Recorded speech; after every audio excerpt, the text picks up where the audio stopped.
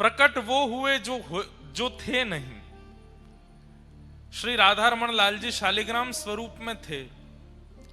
गोपाल भट्ट गोस्वामी जी के प्रेम से शालिग्राम जी से प्रकट हो गए। प्रकट होने से पहले श्री राधा रमन जी का दर्शन नहीं था, बिहारी जी का पूर्व में दर्शन नहीं था, स्वामी श्री हरदास जी ने प्रकट किया। तो जिनका पूर्व में दर्शन नहीं है उनको प्रकट किया गया, पर वृंदावन तो अनादि है। वृंदावन जिसे आप दर्शन करते हैं वो ब्रह्मा जी ने नहीं बनाया है, वो विश्वकर्मा ने नहीं बनाया है, वो भगवान की संरचना भी नहीं है, वो किशोरी जी के हृदय से प्रकट हुआ है। किशोरी जी के हृदय से उसका प्रादुर्भाव हुआ है। और नित्य गोलोक धाम में श्रीधाम वृंदावन व्यवस्थित है। ऐसा ही वैसा ही वृंदावन लेकर के ठाकुर जी धराधाम पर पधारे। तो वृंदावन तो पूर्व से ही था, फिर आचार्य चरणों ने जा जा करके वृंदावन की खोज की, उसका प्राकट्य किया। उसी श्रृंखला में आज के दिन श्री हितरवंश महाप्रभु अपने प्राण धन श्री राधा वल्लभ लाल जी को लेकर के वृंदावन पहुंचे। तो आज श्री राधा वल्लभ लाल जी का पाटोत्सव भी है और वृंदावन प्रकटोत्सव भी है। उस भाव से आज के दिवस की हम लोग बलिहारी जा रहे हैं। देवबंद एक स्थान है,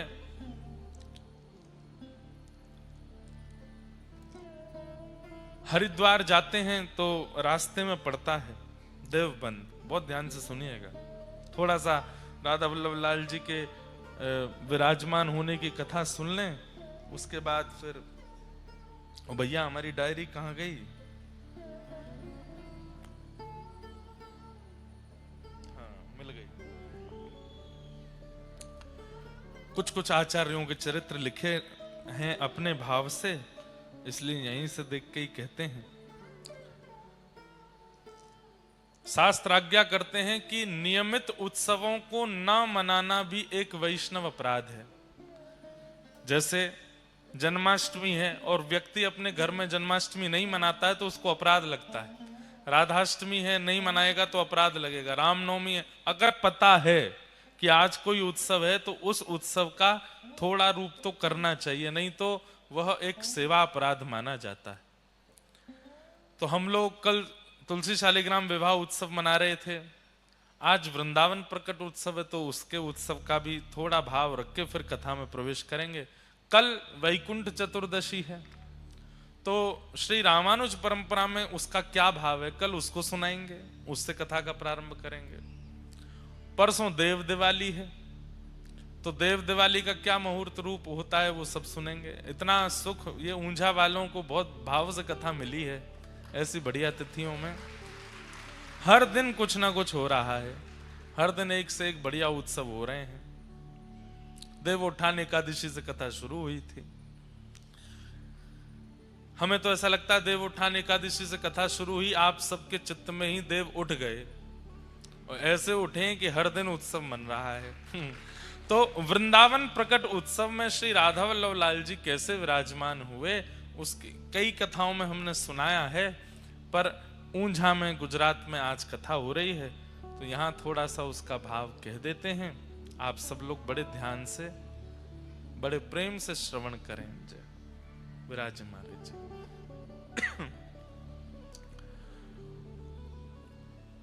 उत्तर प्रदेश में जब हरिद्वार की ओर जाते हैं दिल्ली से, तब रास्ते में एक स्थान पड़ता है, उसका नाम है देवबंद। उसका मूल नाम तो देवबन है, पर आजकल लोगों ने उसका नाम देवबंद कर दिया है। आप लोग जब वहां कभी जाएंगे तो आपको अनुभव हो जाएगा कि इसका नाम देवबंद क्यों पड़ा है। वो आपको वहां देख करके ही पता चलेगा, क्योंकि जब आप वहां जाएंगे तो देखेंगे कि किन लोगों की संख्या वहां ज्यादा है, जिसके कारण वो देवबंद से देवबंद हो गया है। परंतु जाइएगा जरूर। मैं स्वयं निकला हूं कई बार, पर वहां पर नवरंगी लाल ठाकुर जी का बहुत सुंदर मंदिर है। ये मेरी धृष्टता है कि आज तक दर्शन का सौभाग्य नहीं मिला। तो देवबंद ग्राम में एक व्यास मिश्र नाम के ब्राह्मण रहते थे। सब लोग सावधानी से सुनिए, इधर देखिए। कितने लोग वृंदावन गए, पहले हाथ ऊपर करो। सबरे गए लगभग। अच्छा, कितने लोगों ने वृंदावन में श्री राधा वल्लभ लाल जी के दर्शन किए हैं? वो भी हाथ ऊपर करो। तब तो ये कथा सुनना आपके लिए कंपलसरी है। राधा वल्लभ जी कैसे प्रकट हुए, कैसे विराजमान हुए, इसलिए बहुत ध्यान से सुनो। तो श्री व्यास मिश्र जी बहुत बड़े ज्योतिष के प्रकांड विद्वान थे और उनकी पत्नी थी श्री तारा माता जी, तारा मैया। व्यास मिश्र जी एक मुगल राजा के यहां गए और उसके भविष्य की कई बातें उन्होंने बता दी, तो राजा उनको बहुत सम्मान के साथ अपने यहां रखता था। पर तारा मैया थोड़ी व्याकुल रहती थी। क्यों? क्योंकि कोई विशिष्ट संतान की प्राप्ति नहीं हुई। तो व्यास मिश्र जी के एक बड़े भैया थे, वो सन्यासी थे, उनका नाम था नृसिंह आश्रम जी। एक बार वो देवबंद पधारे तो हजारों लोग उनके दर्शन करने के लिए गए, क्योंकि व्यास मिश्र जी के बड़े भैया हैं तो वो भी गए। जब उन्होंने प्रणाम किया तो तारा मैया का मुखमंडल देख करके नृसिंह आश्रम जी बोले कि आपके मुख पर थोड़ी हमको चिंता दिख रही है, क्या बात है, किस बात की चिंता में हो? तब तारा मैया बोली कि आप सब जानते हैं, अरे घर में एक संतान हो तो उसका एक सुख माता पिता को प्राप्त होता है, भविष्य में वंश आगे बढ़ता, आदि आदि बातें कही। तो श्री नृसिंह आश्रम जी बोले ठाकुर जी पे भरोसा रखो, सब मंगल में होगा। और बाकी अगर तुम चाहती हो कि हम अपने दिव्य दृष्टि से देख के बताएं तो संभवतः आगे कई वर्षों तक और शायद इस जन्म में आपके यहां संतान नहीं है, पर ठाकुर जी पे विश्वास करो, शायद कुछ मंगल में हो। तो उन्होंने एक ऐसी बात कह दी, तो फिर आप जैसे संतों को प्रणाम करने का फल क्या है? जब सब भाग्य से ही मिल जाना है, सब ठाकुर जी की कृपा से ही मिल जाना है, तो संत महापुरुष जब नगर में आते हैं उनको प्रणाम करने का फल क्या मिलेगा? फिर कभी कभी व्यक्ति अपने जीवन से व्यथित होता है तो कुछ इस प्रकार के शब्दों का प्रयोग कर देता है। नृसिंह आश्रम जी को थोड़ी ये बात जमी नहीं और उन्होंने कहा कि अगर मैंने अभी भी कहा कि तुम्हारे भाग्य में होगा या भगवान कृपा करेंगे तो मिलेगा, तो कहीं ना कहीं किसी एक जीव के चित्त में अविश्वास हो जाएगा। अब तो संत दर्शन और संत कृपा का फल क्या होता है ये प्रत्यक्ष दिखाना पड़ेगा। और नृसिंह आश्रम जी ने तुरंत ठाकुर जी को प्रणाम किया, बोले भगवान कृपा करो, आपके प्रति इनका विश्वास दृढ़ हो, इसके लिए इनके घर एक संतान जरूर होनी चाहिए। तुरंत उनके ध्यान में भगवान की मधुर वंशी दिखाई देने लगी, वेणु जी का दर्शन होने लगा। वेणु का दर्शन करते ही नृसिंह आश्रम जी समझ गए ठाकुर जी कह रहे हैं भगवान का प्रत्येक श्रृंगार, मुकुट, कुंडल, वस्त्र, पीतांबरी, माला सबने अवतार लिया है ठाकुर जी के रूप का आस्वादन करने के लिए। हमारे रामानु संप्रदाय में एक आचार्य चरण हुए, अभी पिछली कथा में उनका चरित्र सुना रहा था मैं। वो भगवान के, उनका नाम था श्री कुलशेखर जी। कहते हैं उनके चरित्र में आता है कुलशेखर जी कौन थे? बोले भगवान की कौस्तुभ मणि के अवतार। भगवान की एक एक वस्तु अवतार धारण करती है, इसलिए जब भी हमारे ठाकुर जी का श्रृंगार अनवसर किया जाता है तो प्रत्येक श्रृंगार को प्रणाम करके रखते हैं। क्यों? क्योंकि ये सब कोई धागे नहीं है, मोती नहीं है, आभूषण नहीं है, वो रत्न नहीं है, कोई आचार्य चरण ही श्रृंगार बन के ठाकुर जी के कंठ में विराजमान हुए। इसलिए ठाकुर जी के संबंध की हर वस्तु को प्रणाम करके सम्मान के साथ उसको विराजमान। हमारे पुष्टि मार्ग में ठाकुर जी की गादी नहीं बोलते गादी जी, झारी नहीं बोलते झारी जी, मुकुट नहीं बोलते मुकुट जी, वंशी नहीं बोलते वंशी जी। सब में जी शब्द का प्रयोग क्यों करते हैं? वो सम्मान क्यों देते हैं? अरे भाई वो सामान्य नहीं है, निकुंज नायक भगवान के अधर पर विराजमान है, वो वंशी है नहीं, वंशी जी, वेणु जी, वेत्र जी, सब में जी का प्रयोग करते हैं। तो भगवान की वंशी जब उनको दिखी तो वो समझ गए कि ठाकुर जी संकेत कर रहे हैं कि हमारी वंशी अवतार धारण करेगी और इन्हीं के यहाँ आएंगे। जा करके कह दिया, बोले कि तारा अब तुम चिंता मत करो, तुम्हारे घर एक दिव्य बालक जन्म लेगा, और मैं संकेत रूप से बता दूं, भगवान के निज परिकर का ही कोई तुम्हारे यहां जन्म लेगा। और बस प्रतीक्षा प्रारंभ हुई, गर्भ धारण हुआ, और गर्भ धारण करते ही, माताएं बहनें थोड़ा ध्यान से सुने, गर्भ धारण के काल में जो 9 महीने का काल है, उन काल में कैसा चिंतन बनता है, कैसे विचार आते हैं, कैसी भाषा हो जाती है, कैसा स्वभाव हो जाता है, उससे बालक के स्वभाव और बालक के विचारों का पूर्ण पता चल जाता है। अगर माता थोड़ी चिड़चिड़ी हो रही है, माता जी को थोड़ा गुस्सा ज्यादा आ रहा है, माता को थोड़ा सा जो है व्यवहार विचारों में परिवर्तन आ गया है, अकेले बैठे बैठे विचारों में कुछ दूषित भावनाएं आ रही हैं, तो संभवतः आपको सत्संग ज्यादा करना चाहिए, क्योंकि वो बालक फिर वैसा ही बन जाएगा।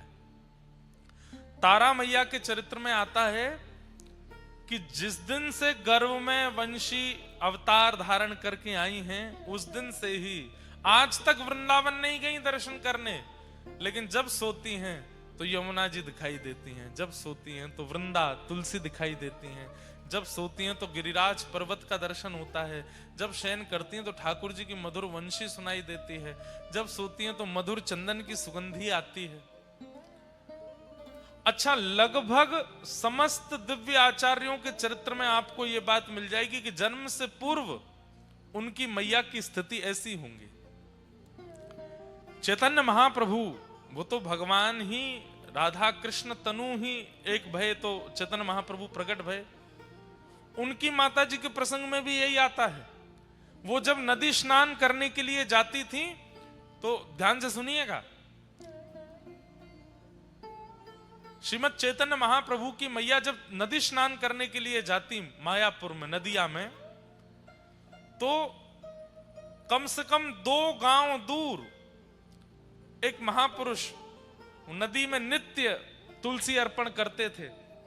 तो वो नदी बहती थी ऐसे, लेकिन वो तुलसियां जाती थी उल्टी, और जैसे ही वो मैया आकर के नदी में स्नान करती, वो तुलसियां जाकर के जैसी मैया भीतर प्रवेश करती, उनके गर्भ के चारों ओर तुलसी भ्रमण करने लगती। वो देख करके वो आश्चर्यचकित हो जाती, ये पुष्प तुलसी मेरे गर्भ की परिक्रमा क्यों करते हैं? जब किसी दिव्य वैष्णव भक्त या दिव्य बालक का अवतरण होने वाला होता है, उसके प्रसव काल में ही मैया को अनुभव हो जाता है कि वो कैसा है।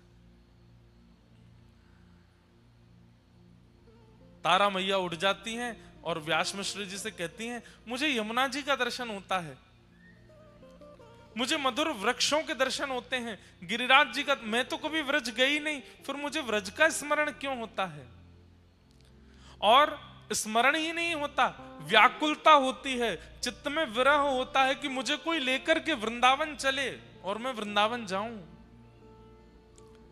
व्यास मिश्र जी, आप कुछ योजना बनाइए ना, मुझे लेकर के वृंदावन चलिए।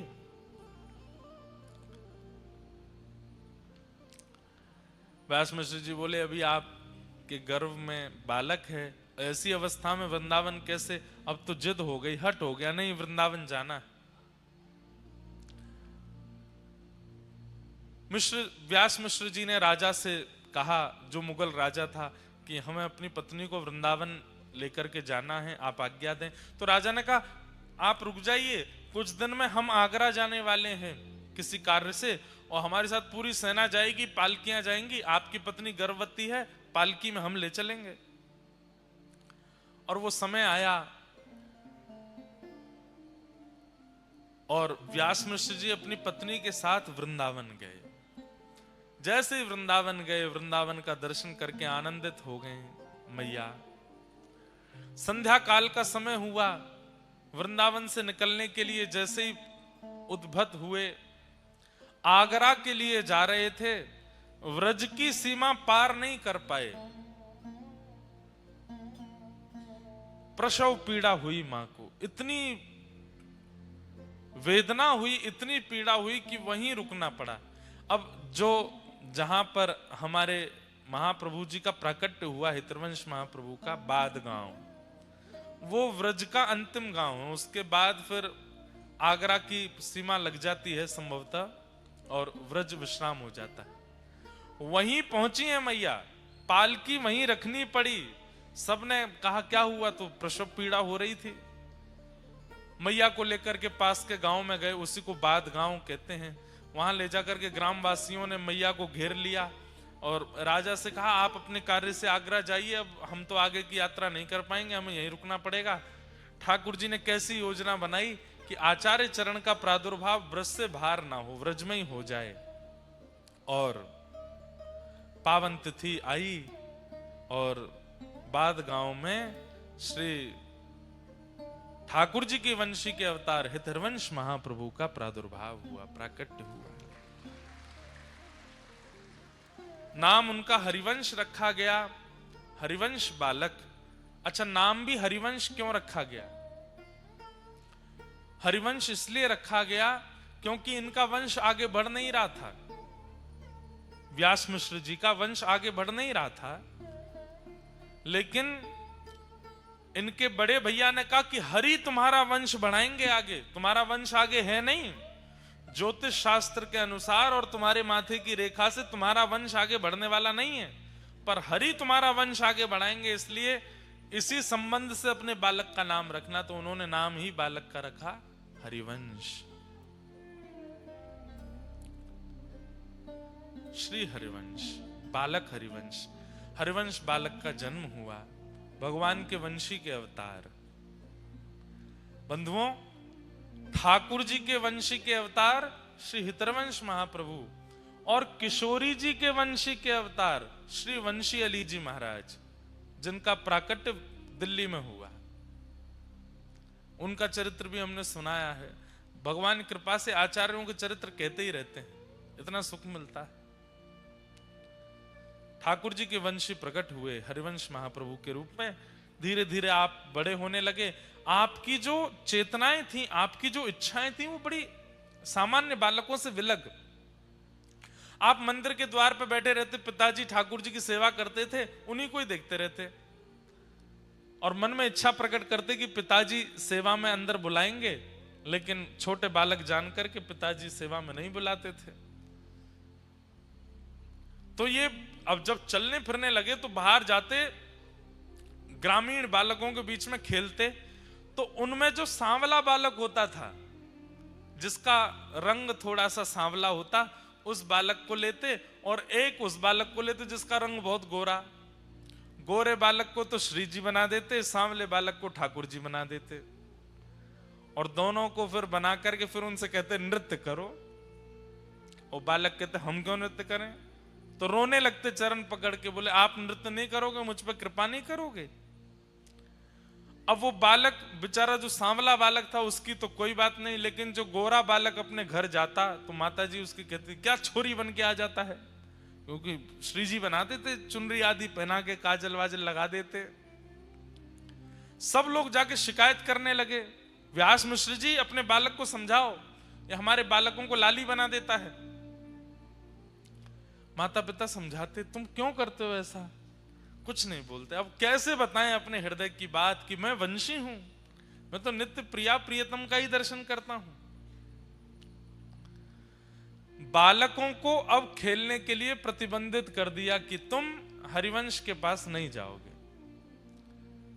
तो आप मन में विचार करते, अब सेवा कैसे करूं? पिताजी मंदिर में नहीं जाने देते, बालक खेलने नहीं आते, तो आप वन में जाते और युगल वृक्षों को ढूंढते, 2 वृक्ष अगल बगल में हों। सोचिए, प्राण बसते हैं वैष्णवों की सेवा में, सेवा के बिना रह नहीं पाते ठाकुर जी के। युगल वृक्ष जैसे देखते तो तुरंत जाते और एक वृक्ष को ठाकुर जी बना देते, एक वृक्ष को श्री जी बना देते, और उन्हीं की परिक्रमा करते, उन्हीं का भोग लगाते, उन्हीं का श्रृंगार करते, युगल वृक्ष की सेवा करते। बंधुओं, सेवा ठाकुर जी स्वीकार करते हैं, इसका प्रमाण क्या था कि पिताजी ने 56 भोग धरे हैं मंदिर के ठाकुर जी के आगे, और 56 भोग धरने के बाद जैसे ही पर्दा किया, यहां हरिवंश बालक बाहर जाते और बाहर ठाकुर जी को जाकर के फल का भोग पधराते। यहां पिताजी जैसे ही आके पर्दा हटाते, 56 भोग अंतर ध्यान हो जाते, फल प्रकट हो जाते मंदिर के ठाकुर जी के सामने। क्यों? ठाकुर जी वो पाते जो हरिवंश बालक पवाता था। ऐसी आपकी सेवा स्थिति होने लगी। एक दिन आप इतने व्याकुल हो गए, बोले नाथ मुझे प्राप्त नहीं होगे, मुझे मिलोगे नहीं। तभी ठाकुर जी ने स्वप्न आदेश किया कि तुम्हारे घर के पीछे कुआं है, उसमें हमारा स्वरूप है, जाओ ले लो। नींद से उठते ही दौड़े और दौड़ करके कुआं में ही कूद गए। सब लोगों ने देखा, पीछे पीछे दौड़े, हरिवंश बालक कुआं में गिर गए, हरिवंश बालक कुआं में गिर गए। दौड़ करके जाकर के देखा तो उस कुएं में जल नहीं था, लेकिन जैसे ही सबने झांक करके देखा, श्री नवरंगी लाल ठाकुर जी आज भी देवबंद में विराजमान हैं, उनको हृदय से लगाए श्री हरिवंश बालक बैठे हैं। और जिस कुएं का जल सूख गया था, अपने आप उसमें जल आ गया और वो जल की परत ठोस हो गई और हरिवंश बालक को लेकर के ऊपर की ओर आ रही थी। ये दृश्य देख करके सब गांववासी चौंक गए और श्री नवरंगी लाल जी विराजमान हुए। बोले राधा नवरंगी लाल की। इनका विवाह हो गया और रुक्मणी बाई जी के साथ में इनका विवाह हुआ, जिनसे प्रथम पुत्र हुए जिनका नाम हुआ श्री वनचंद्र जी। हम लोग गा रहे थे जय जय राधा वल्लभ श्री हरिवंश श्री वृंदावन श्री वनचंद्र। इनके प्रथम पुत्र श्री वनचंद्र जी रुक्मणी बाई से जन्मे और अब दोनों ही ऐसे एक जैसे हो गए। दोनों पति पत्नी मिलकर के ठाकुर जी की सेवा करने लगे। कुछ समय व्यतीत हो जाने के बाद, मैं सूक्ष्म में ही सुना रहा हूं, बहुत बड़ा चरित्र, 3 दिन लगते हैं बोलने में। धीरे धीरे अब आपका मन विरक्ति होने लगा कि अब बहुत दिन हो गए, अब ब्रज से दूर रह नहीं पा रहा मैं। अच्छा, आपका जन्म हुआ, जन्म के बाद फिर वापस माता पिता आपको लेके देवबंद आ गए थे। अब इनकी इच्छा हुई कि मैं वृंदावन जाऊं। तब किशोरी जी ने इनको स्वप्नादेश किया कि अब आप वृंदावन जाओ, सब छोड़ करके वृंदावन जाओ। आपने पत्नी से कहा कि श्री जी की आज्ञा हो गई, अब मैं वृंदावन जा रहा हूं। पत्नी ने कहा हम क्या करें? बोले नवरंगी लाल जी की सेवा करो, खूब प्रेम से सब व्यवस्थित करो। आप जैसे ही निकले घर से वृंदावन की ओर, तो रास्ते में एक गांव पड़ा जिसका नाम था चित्थावल। वहां आप रात्रि शयन के लिए रुके तो आपको पता चला कि यहां तो एक दिव्य ठाकुर जी के युगल स्वरूप की सेवा होती है। और आप जैसे ही दर्शन करने के लिए गए तो चित्थावल में जो युगल सरकार विराजमान थे वही थे श्री राधा वल्लभ लाल, श्री राधा वल्लभ लाल जी। ये व्रज से दूर है चित्थावल, वहीं देवबंद के आसपास है। आत्मदेव नाम के ब्राह्मण रहते थे। उन आत्मदेव ब्राह्मण ने शंकर जी की आराधना की। सब लोग इधर देखो, ध्यान से सुनो। और शंकर जी की इतनी आराधना की कि शंकर जी प्रसन्न होकर प्रकट हो गए और प्रकट होकर के बोले वरदान मांगो, क्या चाहिए? तो आत्मदेव जी बोले आपके हृदय को जो सबसे प्रिय लगता हो वो मुझे दे दो। शंकर जी बोले ये क्या मांग लिया आपने? बोले अब तो वही चाहिए जो आपके हृदय को सबसे प्रिय है। तो महादेव श्वेत द्वीप गए और जिन ठाकुर जी की सेवा स्वयं महादेव अपने हाथ से करते हैं, उन श्री राधा वल्लभ लाल जी को ला करके आत्मदेव को प्रदान किया। ये राधा वल्लभ जी कौन है? महादेव के ठाकुर जी हैं। इसलिए हम कभी कभी कहते हैं कि महादेव के मंदिर में जाओ, हमारे सोमनाथ महादेव के पास जाओ और जाकर के पहले खूब कह दो ओम नमः शिवाय, खूब कह दो नमः पार्वती पतये हर हर महादेव, खूब जो शिव जी की आराधना करते हो जिस प्रकार से सब कह लो, अपनी पहले पूरे मन की सारी इच्छाएं कर लो। लौटते समय हमारी कही एक बात मान लो, जब आप मंदिर से दर्शन करके लौटो तो अंतिम बार जब देख रहे हो वापस निकलने से पहले, तब एक बार कह दो बोलो श्री राधा वल्लभ लाल की। महादेव प्रसन्न हो जाते हैं। क्यों? उनकी सेवा के ठाकुर जी हैं राधा वल्लभ जी। कथा आती है कि एक बार नारद जी और गरुड़ जी दोनों को अपने ऊपर अभिमान हो गया कि हमसे बड़ा कोई भक्त नहीं है। तो ठाकुर जी ने आज्ञा की कि चलिए एक काम कीजिए। बोले क्या? श्वेत द्वीप घूम के आओ। 7 द्वीप है ना, हम लोग जिस द्वीप में रहते हैं उसको जम्बू द्वीप कहते हैं, ऐसे एक श्वेत द्वीप है। श्वेत द्वीप जाओ और वहां के भक्तों का दर्शन करके आओ। तो श्वेत द्वीप जब नारद जी और गरुड़ जी पहुंचे तो वहां इन्होंने क्या देखा? राधा वल्लभ लाल जी मंदिर में विराजमान हैं, देवादिदेव महादेव सुंदर आरती उतार रहे हैं, घंटे घड़ियाल बजा रहे हैं। कार्तिकेय जी और श्री गणपति जी सुंदर भोग सामग्री उठा उठा करके ला रहे हैं, राधा वल्लभ जी के सन्मुख पधरा रहे हैं। पार्वती जी सुंदर सामग्री सिद्ध कर रही हैं और लाखों की तादाद में वैष्णव खड़े होकर के राधा वल्लभ जी का दर्शन कर रहे हैं। महादेव मुख्य पुजारी बन करके राधा वल्लभ जी की सेवा कर रहे हैं श्वेत द्वीप में। दूर खड़े होकर के नारद जी और गरुड़ जी इसका दर्शन कर रहे थे। जैसे ही आरती पूरी हुई, आरती के बाद कपाट बंद हुए। कपाट बंद होते ही जितने दर्शनार्थी थे सब मूर्छित होकर गिर पड़े। केवल 2 खड़े रह गए। कौन? नारद जी और गरुड़ जी।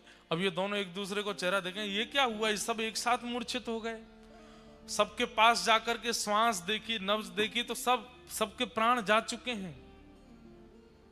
तो घबरा गए नारद जी, बोले ये क्या हो गया? थोड़ी देर में शंकर जी फिर आए और फिर से जैसे ही कपाट खोले, कपाट खुलते ही सब पुनः जीवित होके खड़े हो गए। नारद जी ने जाके शंकर जी को प्रणाम करके कहा, भगवान ये कैसी लीला? बोले भैया किसी के प्राण अन्न में बसते हैं, किसी के धन में बसते हैं, किसी की वायु में बसते हैं, किसी के जल में बसते हैं। श्वेत द्वीप के दर्शनार्थियों के प्राण राधा वल्लभ जी में बसते हैं। जब राधा वल्लभ जी सामने होते हैं तो ये जीवित रहते हैं और जैसे ही राधा वल्लभ जी के दर्शन अनवसर होते हैं इनके प्राण निकल जाते हैं। तब नारद जी का अभिमान भंग हुआ कि मैं भक्त हूं। भैया ठाकुर जी को देखे बगैर मैं तो खूब जीवित रह लेता हूं, मैं कैसा भक्त? भक्त तो ये हैं जो ठाकुर जी को देखे बिना एक क्षण रह ही नहीं पाते, जीवित ही नहीं रहते। वो महादेव के सेवा के ठाकुर जी राधा वल्लभ जी, जब आत्मदेव ब्राह्मण ने कहा अपनी हृदय की सबसे प्रिय वस्तु दो, तब महादेव राधा वल्लभ जी को ला करके आत्मदेव ब्राह्मण को दिया और चित्तावल ग्राम में आत्मदेव उन्हीं राधा वल्लभ जी की सेवा करते। आज जैसे ही हितरवंश महाप्रभु वहां पहुंचे, ठाकुर जी को जैसे ही देखा, ठाकुर जी ने अपने नैन मटकाने शुरू किए। मूर्तिमन ठाकुर जी ऐसे ही रहते हैं, लेकिन हितरवंश महाप्रभु के आते ही उन्होंने अपने नेत्रों को ऐसे ऐसे घुमाया। अरे ये तो बड़े प्यारे ठाकुर जी हैं, नैन मटका रहे हैं मुझे देख के। जय जय कछु आज्ञा है। ठाकुर जी ने तुरंत हृदय में प्रकट होकर के आज्ञा करी, आप मेरे वंशी के स्वरूप हो। ये आत्मदेव जी हमको शंकर जी से ले तो आए अपने पास, पर हमारी इच्छा है कि अब हम वृंदावन में विराजमान हों। इसीलिए हमने आपका घर छुड़वा करके आपको वृंदावन जाने की आज्ञा करी और रास्ता में आप भटकते हमारे पास ही आए। अकेले मत जाओ, हमको लेकर के जाओ वृंदावन। अब सुनिए बात आगे, तो सुनिए ठाकुर जी कैसी लीला करते हैं। तो हितरवंश महाप्रभु बोले चलेंगे आप वृंदावन? बोले हाँ हम तो तैयार बैठे हैं। बोले ये हमारे सेवक हैं, पास में अभी आएंगे बाहर निकल के आत्मदेव, इनसे हमको मांग लेना। और सुनो एक काम और करना है। बोले क्या? इनकी 2 बेटियां, उन दोनों से ब्याह और कर लेना। बोले कि मैं तो विवाहित हूं और अपनी पत्नी आदि सबको छोड़ छाड़ के आया हूं। ठाकुर जी बोले हमारी आज्ञा है, माननी तो पड़ेगी। वृंदावन में तुम हमको विराजमान कर दो कि ब्रह्मा सेवा कौन विस्तार करेगा? और ये आत्मदेव जी ऐसे नहीं देंगे हमको, इनकी पुत्रियों से विवाह करना पड़ेगा। तो इतना कह ही रहे थे, इतने में ही आत्मदेव जी आ गए। ठाकुर जी पुनः खड़े हो गए ऐसे। आत्मदेव जी आकर के बोले कहिए भगवान, बड़ी कृपा आप पधारे। अच्छा, ठाकुर जी भी एक साथ 2 रोल कर लेते हैं। यहां हितरवंश महाप्रभु से क्या कह रहे हैं कि आत्मदेव जी आए, उनसे हमको मांग करके ले जाना, इनकी बेटियों से ब्याह कर लेना। और वहां भीतर आत्मदेव के सामने भी प्रकट हो गए और उनसे कह रहे हैं, सुनो, अब हमारी व्रज जाने की इच्छा है, बाहर एक सेवक आए हैं हितरवंश महाप्रभु, इनको हमें प्रदान कर दो। आत्मदेव जी बोले, मैं आपके बिना कैसे रहूंगा? ठाकुर जी बोले, हम प्रकट होकर दर्शन दे रहे हैं ना, ये दर्शन तुम्हारी स्थिति में सदा रहेंगे। आत्मदेव जी बोले, एक और प्रार्थना सुन लीजिए। बोले, क्या? मैं आप चले जाएंगे तो मेरी जीविका कैसे चलेगी? मंदिर से ही मेरा घर चलता है, मेरी 2 बेटियां हैं, बेटियों का पिता हूं, कैसे निर्वन, इनका ब्याह आदि करना है, सब कैसे होगा? ठाकुर जी बोले, वही तो व्यवस्था हमने कर दी है, बाहर जो आए हैं उनसे अपनी दोनों बेटियों का ब्याह कर दो, और ब्याह करने के बाद भाई बाहर कहीं ब्याह करोगे तो दहेज मांगेंगे, तुमको देना पड़ेगा, इनको दहेज रूप में हमको दे देना, हमको दहेज में दे दो। कैसे ठाकुर जी की लीला, दोनों जगह आज्ञा कर दी। यहां आत्मदेव जी गए, यहां से हरिवंश महाप्रभु बोले, हमको आपसे एक जरूरी बात करनी है। आत्मदेव जी बोले, हमको भी बहुत जरूरी बात करनी है। बोले, पहले आप बताओ। बोले, नहीं पहले आप बताओ। नहीं, मुझे तो ठाकुर जी ने आज्ञा करी वो बताना है। हाँ, तो मुझे भी तो ठाकुर जी ने आज्ञा करी है, मुझे भी वही बताना है। हरिवंश जी बोले, तो पहले मैं ही कह दूं? बोले, हाँ कह दो। वो ठाकुर जी ने आज्ञा करी है कि राधा वल्लभ लाल जी को वृंदावन जाना है, आप इनको हमें प्रदान कर दो। आत्मदेव जी बोले, ये तो हो गई एक आज्ञा, दूसरी आज्ञा क्या करी? हरिवंश महाप्रभु बोले, आपको कैसे पता कि दूसरी आज्ञा भी है? बोले, क्योंकि यही डिट्टो आज्ञा हमको भी करी है। तो बोले, अच्छा तो दूसरी आज्ञा आप बता दो। बोले, दूसरी आज्ञा ये करी है ना कि हमारी बेटियों से ब्याह कर लो। हाँ, यही बोले हैं। और बोले, फिर ये भी बोले हैं कि दहेज में हमको दे दो। कैसे ठाकुर जी हैं, अद्भुत लीला करते। महाप्रभु जी ने दोनों कन्याओं से विवाह कर लिया। उनके नाम कृष्णदासी और मनोहारी दासी, उन दोनों से विवाह किया और दहेज में मिले श्री राधा वल्लभ लाल जी। आप लोग जब वृंदावन प्रकट जो भजन है, वृंदावन प्यारो वृंदावन, उसकी वीडियो देखेंगे, उसमें सूक्ष्म सूक्ष्म आचार्यों के चरित्र दिखाए हैं। उसमें जब आप देखोगे तो आप राधा वल्लभ जी का प्रसंग देखना, आज देखना जाके, कैसे महाप्रभु जी विराजमान होते हैं। अभी जब बधाई पद गावे, उस समय अगर कैमरा वाले भैया दिखा देंगे, उसमें जब पद गवे तब वृंदावन प्रकट पद में से वीडियो निकाल के राधा वल्लभ जी के प्राकट्य की, तो बहुत सुंदर वीडियो है। ठाकुर जी बढ़िया बैलगाड़ी में विराजमान भये, दोनों कृष्णदासी और मनोहारी दासी, दोनों पत्नियों को विराजमान करके हितरवंश महाप्रभु राधा वल्लभ जी को लेकर के, और इतना ही नहीं, खूब धन धान्य दिया, खूब संपत्ति प्रदान की। लाल जी जा रहे हैं वृंदावन, खूब बढ़िया ठाट से विराजेंगे। श्री हितरवंश महाप्रभु ठाकुर जी को लेकर के पहले वृंदावन पधारे, वृंदावन की सीमा पे ही रुक गए। वृंदावन बंधुओं, उस काल में जब राधा वल्लभ लाल जी विराजे थे, उस काल में भय का केंद्र था। क्या था? दिल्ली से आगरा जाने वाले लोग वृंदावन से सोचते थे दिन ही दिन में निकल लो, शाम नहीं होनी चाहिए। क्यों? बड़े बड़े चोर डकैत आदि आदि सब रहते थे वृंदावन। और एक और बात, आगरा से दिल्ली और दिल्ली से भी आगे तक बड़े बड़े जहाज यमुना जी में चलते थे। खूब विशाल स्वरूप था यमुना जी का। तो खूब बड़े बड़े व्यापारियों का व्यापार जहाज के द्वारा, आपके गुजरात में है ना, मुंद्रा पोर्ट है और भी हैं। उस समय पर वृंदावन भी एक पोर्ट था, बहुत बड़ी यमुना जी थी, तो जहाज जाते थे बड़े बड़े। और वृंदावन में जो जहाज तनिक रुक जाता था उसको लूट लिया जाता था। ऐसी स्थिति थी वृंदावन की जब राधा वल्लभ जी पधारे।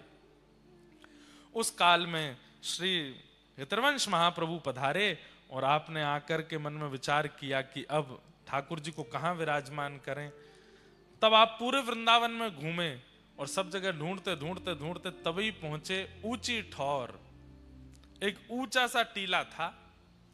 और यहां के जो वृक्ष वल्लरियां थी वो सामान्य नहीं थी। कैसी थी? वो स्थिर नहीं रहती। जैसे वृक्ष क्या स्थिर रहता है, आपको हटाना पड़ता है, लेकिन जैसे ही आप आगे चलो वृक्ष अपने आप हट रहे हैं, अपने आप रास्ता दे रहे हैं, अपने आप छाया बना रहे हैं। ऐसे मूवेबल वृक्ष थे ऊंची ठौर के। जब हितवंश महाप्रभु ने उन वृक्षों के कुंजों को देखा, बोले ये बढ़िया जगह, उसी का नाम रखा मदन टेर। और श्री राधा वल्लभ लाल जी को लेकर के श्री हितवंश महाप्रभु जी ने आज ही के दिन वहां विराजमान किया। बोलो राधा वल्लभ लाल की।